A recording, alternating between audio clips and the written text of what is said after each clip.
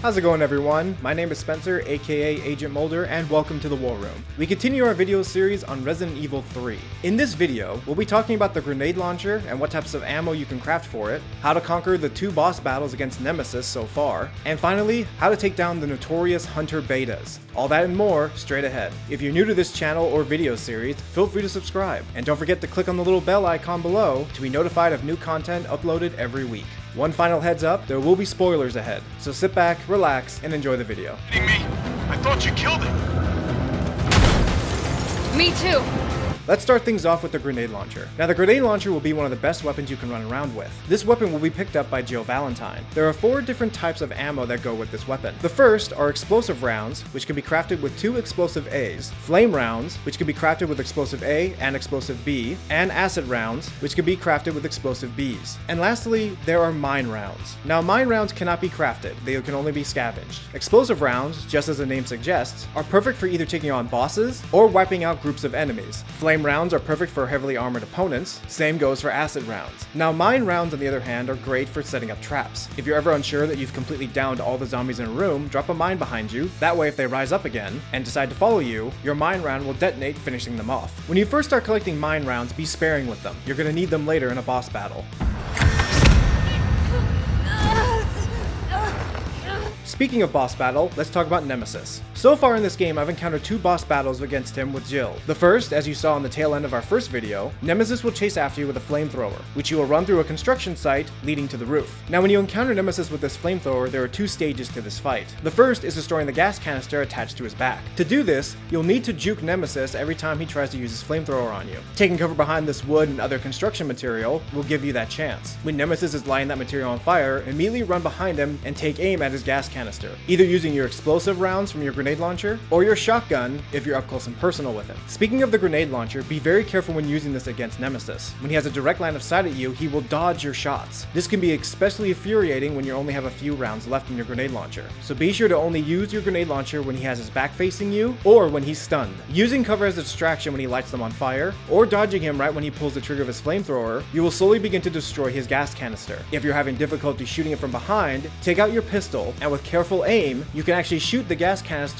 over his shoulder. Once his gas canister explodes and he's covered in fire, the fight's not over yet. He will start to charge at you with what's left of his flamethrower and try to hit you with it. This is where you can use the opportunity to use your flame rounds if you have any in your grenade launcher. In the moments when you dodge Nemesis and he's picking up his flamethrower off the ground after slamming it, is when you want to fire. He is less likely to dodge your shots, and the fire will slowly do damage to him over time. If you're low on ammunition or health, there's rounds of ammo and a few herbs that are scattered across the roof. Once Nemesis is down, you'll be treated to a cool action cutscene where Jill narrowly escapes.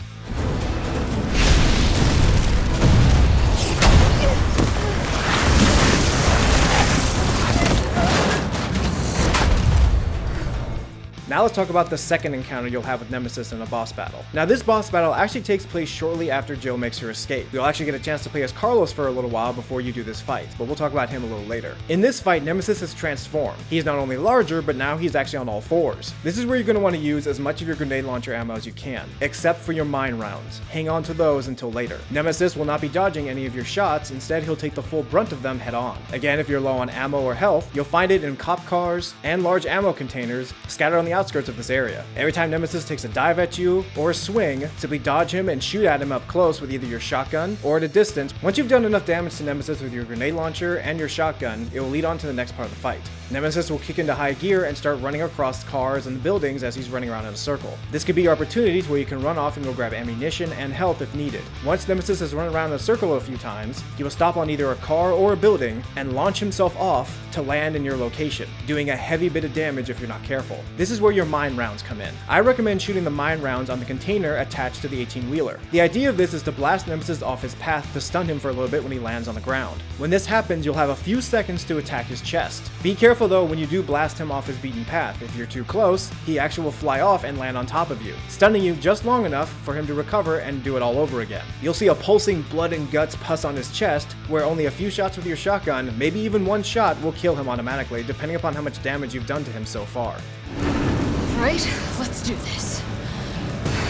Suck it!